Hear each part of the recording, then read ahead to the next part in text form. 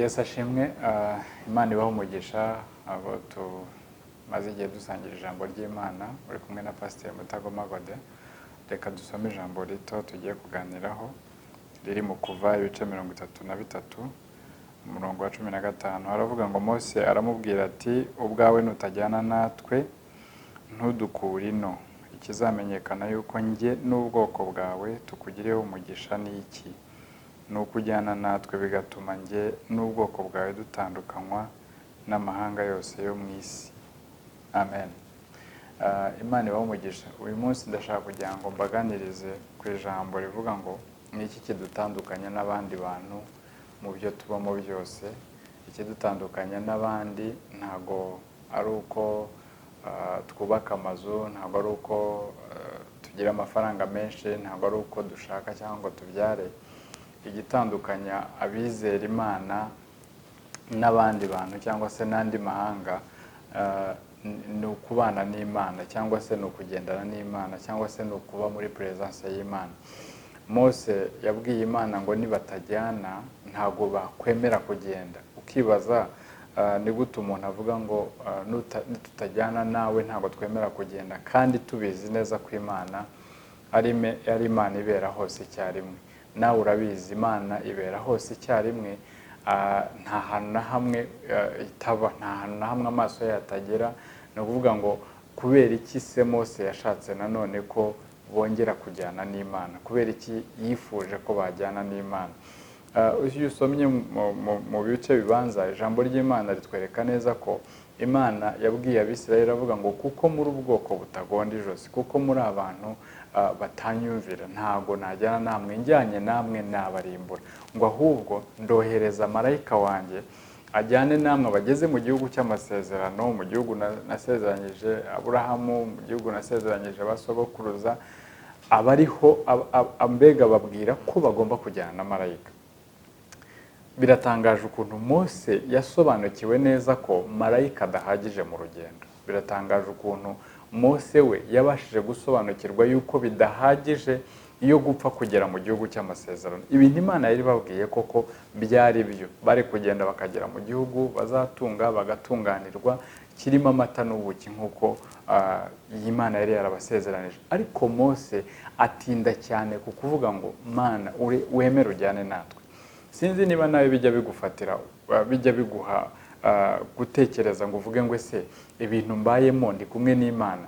Niba uri mu rugo warashatse, yego washatse nk'uko abandi bashatse, ariko se ubanye n'Imana, mu rugo rwawe harimo presence y'Imana, ntago harimo ikindi kintu, ntago harimo amajwi y'ibindi bitari Imana. Ni ukuvuga ngo Mose we yashyitse naho yanga marayika, yashyitse aho yanga marayika. Ni ukuvuga ngo ushobora kuba mu rwego ubona marayika ariko marayika ntahagije. Ushobora kuba mu rwego werekwa ariko kwerekwa ntibihagije. Ushobora kugira mu rwego ubona amafaranga ariko amafaranga ntahagije. Ukeneye presence y'Imana mu bintu byose. Kandi ikintu gikomeye iyo ubwiye Imana ngo ize mu bane koko murabana. Niyo mpamvu Mose amaze kwinginga Imana yibwira ati niki kizadutandukanya n'abandi, niki cyadutandukanya n'andi moko, niki cyadutandukanya n'abandi bagabo cyangwa n'abandi bagore, niki cyatandukanya urugo rwanjye n'urw'abandi, niki cyatandukanya imibereho yanjye, abana nabyaye cyangwa n'ibindi. Ibyo twakora byose umuntu aba akwiye kwibaza ngo ese niba Mose yarasabye Imana kujyana nabo mu gihugu cy'amasezerano Imana yari yabasezeranije, ni gute ngewe ntakwiriye gusaba Imana ngo ikomeze kubana nanjye muri ibi bihe? Rero mwene data ukwiye kwibaza ngo ese sinkeneye Imana cyane mu byo nkora? Nibyo koko ushobora kuba ukora ibintu bitandukanye, ushobora kuba uri mu rugendo, ushobora kuba urimo kunguka, ushobora kuba urimo gukora ibintu byose, ariko ijambo ry'Imana ahantu ndikundira riravuga ngo umugisha Imana itanga nguzana ubukire ngo kandi nta mubabaro wiyongeraho. Reka mbyite gutyo, umugisha Imana itanga cyangwa se kubana n'Imana bikuzanira amahoro menshi mu mutima. Ni ukuri umuntu ashobora kwamamara, umuntu ashobora gutunga, umuntu ashobora kugera ku byo abantu bandi bifuza bamukikije, ariko kubana n'Imana nibyo bituma noneho uba amahoro muri ibyo ngibyo ugezemo. Haleluya. Kubana n'Imana bituma uba amahoro muri rya sezerano Imana yagusezeranije. Abisirayeli bari bafite isezerano rwose pe ryo kugenda bakagera mu gihugu cy'amasezerano, ryo kugenda bakorora bagahinga bakamererwa neza, cyari igihugu cy'amata n'ubuki. Ndetse Imana ntiyigeze ivuga ngo ubwo mutagonda ijosi ntago muzagerayo. Rimwe na rimwe abantu bajya bibaza bakavuga ngo se kuki abapagani bashobora gukira, kuki abantu basambana cyangwa bakwica bagakira. Ni ukuri Imana ntabwo Imana ireba nk'abantu. Ijambo ry'Imana rivuga ngo Imana ivubira imvura ababi n'abeza. Ariko ikintu gitangaje kirimo ni uko Mose we yasobanukiwe ko nubwo uwo mugisha uhari, nubwo bagenda bakagerayo, nubwo byamera gute, ariko aravuga ngo Mwami Imana wemere wowe ubwawe ujyane natwe, ntiwohereze marayika, ntiwohereze ahubwo wowe ubwawe ujyane natwe. Ni ukuvuga ngo rero dukwiye kumenya yuko hari urwego dushobora kuba turiho turikora n'umurimo w'Imana, ariko dukenera ko tujyana n'Imana. Yaba mu nzu y'Imana dukenera ko Imana ubwayo ihaza, apana marayika. Buriya hari abantu bari muri presence y'abahanuzi, hari abantu bari muri presence y'abashumba, hari abantu bari muri presence y'abamarayika, hari abari muri presence y'amafaranga, ariko batari muri presence y'Imana. Presence y'Imana izana amahoro, presence y'Imana izana umunezero mu mutima, presence y'Imana mbega kubana n'Imana, Imana ubwayo ikabihara, atari marayika, atari undi wari we wese. Yari undi wari we wese abantu bagenda bagira imitego, bagenda bagira ibintu bibagoye, ariko wowe ubwawe ubanye n'Imana mu mutima wawe haba harimo amahoro. Niyo mpamvu Yesu yaravuze ngo ntago nzabasiga nk'imfubyi, ahubwo nzohereza umufasha ari we Mwuka Wera. Mwuka Wera ni ukuvuga ngo uzi ufite umwuka afite umwana, ufite umwana afite data. Ntago dukwiye kwishimira impano mbere yo kwishimira umuntu utanga Imana yaduhaye impano. Ntabwo ukwiye kwishimira umugisha w'urubyaro mbere y'uko wagira umunezero wo kubana n'Imana itanga abana. Ntabwo ukwiye kwishimira ko gusa wahawe amafaranga mbere yo kwishimira Imana yaguha ubutunzi, kuko Imana niyo itanga ubutunzi. Ijambo ryayo rirambwira ngo Imana niyo ikura ku cyavu ikicazanya n'ibikomangoma. Imana niyo itanga urubyaro ku barubuze. Imana niyo yica, niyo Imana ikiza. Rero ubuzima bwawe ukwiye kwemera ukabana n'Imana ku rwego wumva udakwiriye kumva ujegajega ngo wumve wajyana n'ibindi bintu. Nibyo ibintu abantu twishingikirizaho. Abantu benshi bakunda ibiva mu kuboko kw'Imana, ariko ugasanga ntabwo bashaka kubona mu maso y'Imana, ntabwo bashaka kubona kugendana n'Imana. Mwene data, reka nkubwire ngo ubu buzima turimo ni urugendo. Ubuzima turimo ni urugendo, kandi Imana ijya ijyana natwe. Ariko reka mbinginge, reka wongere we gushinga ijosi, we kuba nk'Abisirayeli bashinga ijosi. Abantu bashinga ijosi ni umuntu udashaka impinduka, ni umuntu udashaka ko Imana imucyaha, ni umuntu udashaka ko Imana imubwira ngo reka ubusambanyi niba ushaka gukomeza kunkorera, imubwira ngo reka ibi n'ibi. Abantu barashaka kuba mu nzu y'Imana basenga cyangwa se bakora n'ibindi, ariko badahindutse. Ndakwinginze mwene data, hindura imitekerereze. Uyu munsi umenye ko hari abantu bashobora kugenda batajyanye n'Imana, bashobora kugenda bakajyana na marayika cyangwa bakajyana n'abandi, bakajyana n'abantu, reka mbyite gutyo, ariko batajyanye n'Imana. Uyu munsi ubuzima bwawe ongera ubuhe gushingira ku Mana. Ntiwemere kugenda gusa, ntiwemere kugenda nk'uko abandi bagenda, ntiwemere gutunga nk'uko abandi batunga, ntiwemere kugenda. Hari umuntu umwe duherutse kuganira arambwira ati abantu benshi baraza, bamwe bakajya i Burayi, abandi bakajya hehe, bakajya ahantu hatandukanye, ariko harimo abantu bijyana cyangwa se abantu biyohereza, hakaba n'aboherezwa n'Imana. Ndakwinginze, ntukwiriye kuba ahantu Imana itakugeneye kuba, ukwiriye kujya aho Imana yakugeneye kuba. Ariko nanone ntukwiriye kwikuraho Imana itagukuye ngo wijyane, kuko gusiga Imana ubugize ibyago. Kugenda twenyine nta kintu bitumariye. Nibyo koko Imana ishobora kuba irimo kukohereza gutura muri Kigali cyangwa se gutura New York cyangwa gutura ahandi, ariko ukwiye kubwira Imana ngo Mwami tujyane muri uru rugendo. Haleluya. Ukwiye kubwira Imana ngo tujyane. Ishobora kuba irimo kubwira ngo hindura business ujye mu yindi business, ariko bwira Imana ngo tujyane. Ushobora kuba uva mu busiribateri urimo kujya mu gushaka, bwira Imana mujyane mwene data. Ikintu gikomeye si uko wabonye umugeni, ikintu gikomeye ni uko Imana itanga abageni mwaba muri kumwe. Haleluya. Ubuzima bwawe bugashingira ku kuba Imana muri kumwe.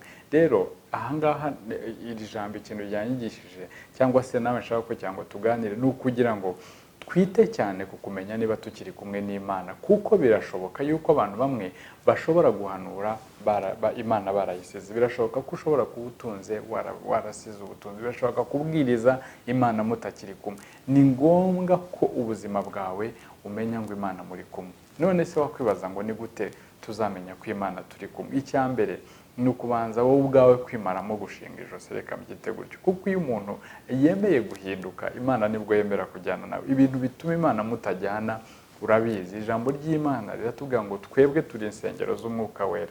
Iyo twemeye guhinduka, Imana yemera kuba muri twebwe, yemera kugendana natwe. Ariko utemeye guhinduka, birashoboka rwose gukomeza urugendo, ugakomeza ukagenda ukagera ku bintu byo muri iyi si, ariko Imana warayitaye. Kuko ntago umugisha muri iki gihe nubwo abantu bashaka kuwudefinisa nko kugira jet privé, nko gutunga ibigo bikomeye, umuntu mbega ashyiraho standard z'icyo bita umugisha. Ariko umugisha ukomeye ni ukugirira amahoro muri bikeya cyangwa byinshi utunze. Haleluya. Ku ijambo ry'Imana ravuga ngo ikiganza kimwe kirimo amahoro cyangwa se cyuzuye ibirimo amahoro kiruta amashyi abiri arimo akaduruvayo cyangwa se arimo ibibi, arimo ibintu bitagwesheje amahoro. Ni ukuvuga ngo ibintu bikeya Imana igushakaho ni ukugendana n'Imana muri buri kimwe cyose. Iyo turi kumwe n'Imana rero, aho duciye hose ibintu bigenda neza. Haleluya. Umuntu uri kumwe n'Imana biratangaje. Aburahamu kubera ko yumvaga ajyanye n'Imana cyane, ijambo ry'Imana riramubwira neza ngo bageze ahantu abwira Loti, aramubwira ngo hitamo, mwene data hitamo, tudapfa ubusa kandi turabavandimwe. Amuhitisha aramubwira ngo nujya iburyo njyewe ndajya ibumoso, nujya ibumoso njyewe ndajya iburyo. Mwumve umuntu uri kumwe n'Imana ukuntu abatekereza akavuga ngo najya iburyo ndi kumwe n'Imana birakunda, najya ibumoso ndi kumwe n'Imana birakunda, najya mu butayu ndi kumwe n'Imana birakunda, natura aho ariho hose birakunda. Umuntu uri kumwe n'Imana ntatanguranwa umugisha, ntawucuranwa. Ni ukuri aravuga ngo icyanjye ni icyanjye, uko byagenda kose kizangeraho. Haleluya. Umuntu uri kumwe n'Imana ntagirira ishyari bagenzi be. Iyo ugenda uravuga ngo igihe cyanjye kirahari, hari igihe cyawe cyo kuzamurwa mwene data, hari igihe cyawe cyo kwibukwa, hari igihe cyawe cyo kubyara, hari igihe cyawe cyo gutunga, hari igihe. Imana ubwayo igufitiye amasezerano, ariko bisaba ngo mugendane, kandi mugendane wumva ufite umutima utuje. Iyo utari kumwe n'Imana urirwanira. Iyo utari kumwe n'Imana nta kundi urwana nyine n'ibyo ngibyo, urwana n'abantu kugira ngo ugire ibyo ugeraho, ariko ubuzima bwawe ndakwinginze emera kubana n'Imana. Icyo nicyo kidutandukanya n'abandi bantu. Haleluya. Ntabwo abantu dutandukanira ku byo dutunze, dutandukanira ku mahoro dutungiye mu byo dufite. Nta kindi. Ntabwo abantu dutandukanira ko twebwe tutarwara, oya, dutandukanira kuko turwara n'ibyiringiro, kubera ko abantu bararwara. Ntabwo abantu dutandukana ngo hari abapfa n'abadapfa, oya, abantu bose barapfa, ariko hahirwa abapfira muri Kristo cyangwa se mu Mwami Yesu, kuko aribo bazabona ingororano z'ibyo bakoreye. Ntabwo dutandukanira ku bintu bifatika byo mu isi. Ibintu byose byo mu isi ni bimwe. Ijambo ry'Imana rirambwira ngo ibigeragezo ni rusange ku bantu, ngo ariko Imana ubwayo abantu bayizera igenda ibacira akanzu. Nawe uyu munsi wa none ndakubwiye ngo niba uri kumwe n'Imana, ntabwo ikibazo ari uko utize, ikibazo si uko waba ukennye, ikibazo si uko ikibazo ntabwo ari icyo ngicyo ubona. Ikibazo ni ukwemera kubana n'Imana. Bwira Imana ngo Mwami Imana, ndifuza kujyana nawe, sinifuza kujyana n'abantu gusa, sinifuza gutunga ibintu utarimo, ni ukuri ntabwo twifuza kubaho tudafite Imana. Hari umuririmbyi yaravuze ngo Mwami, kubaho ntagufite ngo bintera ubwoba, kubaho ntagufite bintera ubwoba, ngo ndetse byabasha no kunjyana no mu rupfu vuba. Ubuzima bwawe rero wongera wemere ubane n'Imana. Haleluya. Ndakwinginze wongere utekereze uvuge ngo ese ndi kumwe n'Imana. Presence y'Imana izana amahoro. Presence y'Imana izana kugira neza mu buzima bwawe. Mose yanze kujyana na marayika. Mose yanze kugenda na Mose ubwe. Urabizi ko Mose yabashaga gukora ibitangaza, yabashaga gufata inkoni igahinduka inzoka, yabashaga gukora ibitangaza. Imana yari yamuhaye uburyo ubushobozi bwo, ariko yanga kugendana n'izo mpano zose ze, ndetse yanga kugendana na marayika, yanga kugendana n'ubushobozi bwose Imana yari yaramuhaye. Aravuga ngo oya, nitutajyana njyewe ubwanjye singenda. Nukuri ntiwemere kugenda gusa ngo kubera ko ufite impano itangaje. Oya, haleluya, wemere ujyane n'Imana. Emera ujyane n'Imana, kubera ko kugira impano ni byiza, ariko n'Imana izitanga. Ariko ntabwo dukwiriye kwishimira impano hejuru y'Imana yazitanze. Ntabwo ukwiriye kuvuga ngo ngewe ubwo mfite impano ndigenga. Noneho iyo umuntu yibwiye ko afite impano akigenga, iyo Imana yamusize biragaragara, kubera ko ijambo ry'Imana rirambwira igihe kimwe mu bacamanza, Samusoni igihe yari amenyereye kugendana n'Imana, ngo ariko igihe kimwe bamaze kumwogosha, amaze gutakaza Imana, icyabaye nta kintu, ngo yarinyeganyeje nk'uko yari yibwira, nk'uko yari asanzwe abikora, ngo yibwira ko ari bwinyeganyeze, ari buce imigozi nk'uko yibwiraga, ngo ariko biranga. Haleluya. Nawe uyu munsi ushobora kuba ibanga ryawe n'Imana urita, iyo waritaye ukinyeganyeza biranga. Haleluya. Rero ndakwinginze ngo ubuzima bwawe wongere ube mu Mana. Kubana n'Imana nicyo kintu cy'ingenzi kidutandukanya n'andi moko yose. Ntabwo ari ukuvuga ngo twebwe turagenda tugahagarara iruhande, ahubwo ni ikivuga ngo Imana ubwayo iraduhamiriza ikavuga ngo aba ni abantu banjye, ubu ni ubwoko bwanjye, aba ni abantu nacunguje amaraso, ni abantu bemeye guhinduka, ni abantu nahamiriza bafite kwizera muri yewe, batifuza ikindi cyose kurusha kugendana nanjye. Mwene data, kwemera kugendana n'Imana ntabwo bivuga ko Imana itazaguha umugisha, itazaguha buri kintu cyose. Byose irabitanga, kubera ko mu isi Imana yadusezeranije kubona 100% ngo ndetse n'ubugingo buhoraho. Icyo nkwifurije rero ni ukugira ngo wakire umwuzuro w'umugisha w'Imana Imana itanga, ariko wakire n'ubuzima. Imana ikidushakaho ni umubano kurusha ibyo tuyikuraho. Haleluya. N'ubundi ngiye ndibaza, umuntu wese akubwiye ngo ndagukunda ariko ngukundira icyuma, ndagukunda ariko ngukundira imbaraga wampaye, ndagukunda ariko ngukundira amafaranga umpa, ndagukunda ariko ngukundira ibi, ni ukuri uwo muntu ntabwo ari umuntu wo kubana nawe cyane. Ariko umuntu mubana ni umuntu ugukunda ukuri. Haleluya. Natwe Imana dukeneye kuyikunda kuko ari Imana, kuko natwe yadukunze, kuko turi abantu bayo, iduha Kristo kubera urukundo idukunda. Nta kindi yashingiyeho. Ntabwo yashingiye kuko twigaragambije, ntabwo yashingiye kuko twahituye amaturo menshi. Iyo ubwayo yashingiye ku rukundo rwinshi idukunda. Natwe rero ishaka ngo tuyikunde. Niyo mpamvu Dawidi Imana yamukundaga kurusha abandi, yaravuze ngo kuko wankunze akaramata. Haleluya. Ngo nicyo nanjye nzagukiriza. Natwe reka dukunda Imana akaramata, bitume twifuza kujyana nayo mbere yo kujyana n'ibindi. Biratangaje ushaka kwimuka ukabwira umugore ukavuga ngo reka nimukane intebe n'ibindi byose nibyo nshaka, wowe ntabwo nkukeneye kujyana. Ariko ushobora kwimukana n'uwukunda, ibindi byose mukabibona imbere, niyo mwasiga ibyo mwari mutunze byose. Rero ndashaka kugira ngo nkusobanurire gusa nkubwire ngo Mose yasobanukiwe cyane yuko kujyana n'Imana ari ikintu cy'ingenzi kurusha uko yagenda akagera mu gihugu Imana yamusezeranije n'Abisiraheli bose bakajyanayo na marayika batari kumwe n'Imana. Ndashaka no kukubwira ngo umenye neza yuko nubwo Imana ibera hose icyarimwe, ariko igihitamo kuvuga ngo sindi bujyane nawe, bitewe nuko itakwemera gutura mu mutima w'umuntu wayinangiye, mu mutima w'umuntu utagonda ijosi, mu mutima w'umuntu udahinduka. Niyo mpamvu ijambo ry'Imana riratubwira ngo murwanye Satani nawe azabahunga, mwegere Imana nayo izabegera. Haleluya. Kwihana bituma Imana igaruka mu buzima bwacu. Guca bugufi bituma Imana igaruka mu buzima bwacu. Ariko udashatse ko Imana ibana nawe, nubwo ibera hose icyarimwe, igihitamo kuvuga ngo sindi bujyane nawe, sindi bubane nawe. Haleluya. Igahitamo guceceka. Byabaye ku mugaragu w'Imana Sawuli, bimubaho. Sawuli ngo ashyitse ahantu Imana yaramubwiye ngo genda utsembe Abamaleki, imuhereza amategeko, arangije wabikora uko abyumva, ntiyabikora nk'uko Imana ibishaka. Imana iravuga ngo kuva uyu munsi nguciye ku ngoma. Abantu bamwe bajya batekereza ngo se kuki umuntu yashaka Imana n'amarira arira Imana ntibyumve. Ijambo ry'Imana mu Migani ndibaza ku gice cya mbere umurongo wa 24 niho havuga ngo kuko nanjye nababwiye, kuko nanjye nabacyashya ntimwumve, ngo nanjye igihe muzankenera ntabwo nzabumvira. Rero Imana kubibera hose icyarimwe ni ikintu gitangaje. Ibera hose icyarimwe ariko ihitamo kutabana nawe mu bihe runaka cyangwa ahantu runaka, ikavuga iti ntabwo ndi bubigaragaremo muri make.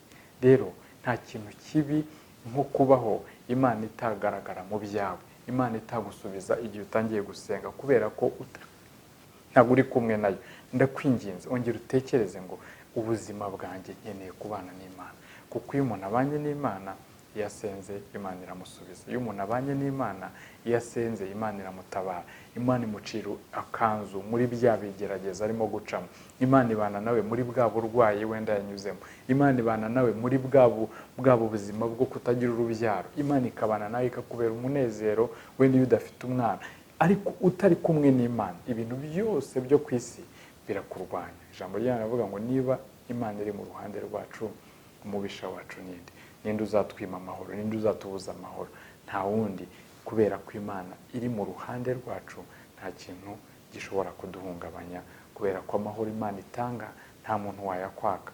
Imana iyo muri kumwe, niyo waba uri mu rwobo rw'intare ubasha gutuza, niyo waba uri mu muriro ubasha gutuza, kubera ko Imana muri kumwe. Ufite ahantu hose uri kumwe n'Imana, reka mbyite ko uri mu ijuru. Nubwo Imana yamanuka ikajya ikuzimu ikaba ariho itura, haleluya, ni ukuri hahinduka ijuru, kubera ko ahantu Imana iri haba amahoro. Ahantu Imana iri haba amahoro. Ntago ahantu Imana ibaye haboneka indirimbo, kandi abandi bantu babibona bakabona hatari kuboneka indirimbo. Niyo mpamvu Pawulo na Sila barasenze aho bari muri gereza, ngo bumva amashimwe arazamutse kubera ko bari kumwe n'Imana.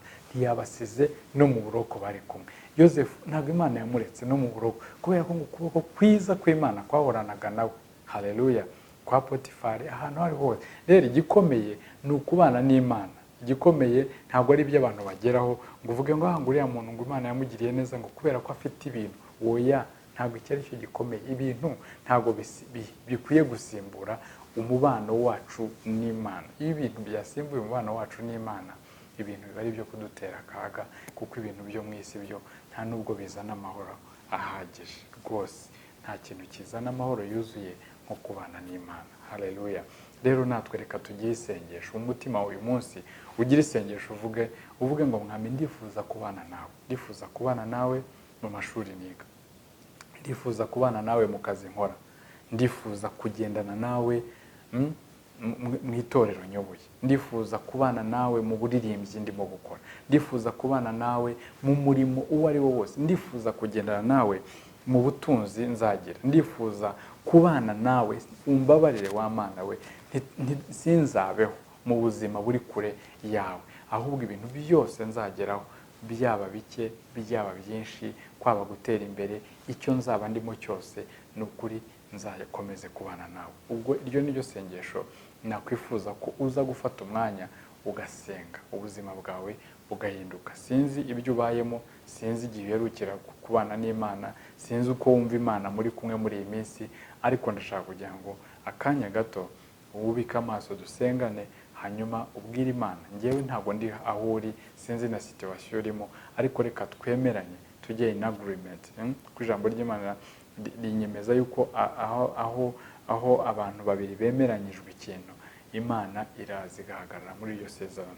Reka rero nkufashe dusengane, ubwire Imana ngo icyo nifuza ni wowe kurusha ibindi ibyo ari byo byose, nubwo ibindi byose uzabiduha, kuko Imana ntigitwima ibintu, nta kintu ndababwiza ukuri, nta kintu Imana iholdinga ivuga ngo irakikwimye ngo kubera kuri uyu cyangwa uruyu. Oya, Imana ni Imana, ariko iholdinga presence yayo. Ishobora kukwima presence yayo, ishobora kwanga ko mugendana, ishobora kukwima ijwi ryayo. Sawuli yamwimye ijwi ryayo ngo haba mu nzozi, haba mu bahanuzi, haba muri urimo. Imana iraceceka kugeza aho yagiye gushikisha, kugeza aho byamuyobeye. Ni ukuri ukwiye kubwira Imana ngo mwami, komeza ubane nanjye, mu nzozi uvugane nanjye, mu buhanuzi uvugane nanjye. Imana ikuroketinge, ikuvugisha, Imana ikuganiriza, ibane nawe, haleluya. Imana ibane nawe, Imana wongere kumva muri kumwe, mugendane muri kumwe mu byo uzacamo byose. Niho rero nunyura mu mazi ntazagutemba, Imana izayakurindiramo. Nunyura mu muriro ntabwo uzashya, Imana izawukurindiramo. Ndetse no mu rupfu Yesu muzajyana, Imana muzabana. Haleluya! Kubera ko niwe kuzuka, niwe tangira, niwe herezo. Ni ukuvuga ngo ntuzemere ko ubaho mu buzima mutari kumwe. Haleluya! Reka ubike amaso dusengane. Mwami Yesu, mushimiye ineza yawe. Icyo dukeneye ni uko ugendana natwe cyane. Mose yarabihishuriwe na za mbaraga zose wari waramuhaye, na bya bitangaza yajyaga akora, n'ubuhanuzi bukomeye, n'amategeko wamuhaye, n'ibintu byinshi bitandukanye. Ariko ijambo ryawe rirambwira ngo yanga kujyana na marayika, kandi wari wamusezeranyije. Uramubwira ngo nimugende muzagera mu gihugu nasezeranyije, muzagera mu gihugu cy'amata n'ubuki. Ariko atekereza kuba mu gihugu cyiswe cy'amata n'ubuki mutari kumwe, yumva nta kintu bizaba bimaze. Aravuga ngo ni ukuri nutemera kujyana nabo wowe ubwawe, ntubakure aho bagenda. Natwe ntabwo dushaka kuzajya tuva ku rwego rumwe ngo tugere ku rundi tutajyanye nawe. Ntabwo ari cyo twifuza. Ntabwo twifuza kunguka amafaranga arenze ayo dukorera tutari kumwe nawe. Ntabwo twifuza kuva mu gihugu ngo tujye mu kindi tutari kumwe nawe. Ntabwo twifuza gukora ibitangaza tutari kumwe nawe. Mwami, icyo twifuza ni wowe. Ntabwo twifuza, ntabwo kuzura abantu byaturutira kubana nawe, ntabwo gukiza indwara byaturutira kubana nawe, ntabwo kubona amafaranga menshi bikwiye kuturutira kubana nawe. Icyo dukeneye Mwami ni ukugendana nawe, ni ukubana nawe, kuko kubana nawe bizanira amahoro umuntu wemeye ko mubana Mwami, kurusha ikindi icyo ari cyo cyose. Ibyo mu isi byose ntabwo binyura, ntabwo biduhaza. Niyo mpamvu dukenera wowe, kuko ni wowe soko yatumara inyota. Reka rero umuntu wari uduteze amatwi ahabwe umugisha, kandi yumve presence yawe igarutse mu buzima bwe, bimuzanira umunezero aho yaba ari. Uryamye ku gitanda arwaye, Mwami, bimuzanira umunezero byatuma akira. Umwami Imana, umuntu wese wabuze abe yumva aguwe neza kubera ko muri kumwe, kuko ni wowe. Iyo uri kumwe natwe usimbura buri kintu cyose twatakaje mu buzima, kandi nawe soko y'ibyo dutunze byose. Urakoze, ni mu izina rya Yesu, amen. Imana ibahe umugisha.